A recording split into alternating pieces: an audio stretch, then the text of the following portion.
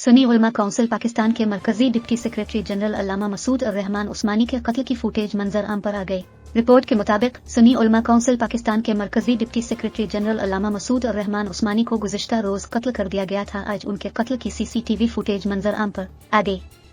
Footage में देखा जा सकता है कि मौलाना मसूद और रहमान की गाड़ी गौरी टाउन से गुजर रही है कि दो मोटरसाइकिल सवार आए और भरे बाजार में उनकी गाड़ी पर अंधाधुंध फायरिंग कर दी और बआसानी फरार हो गए।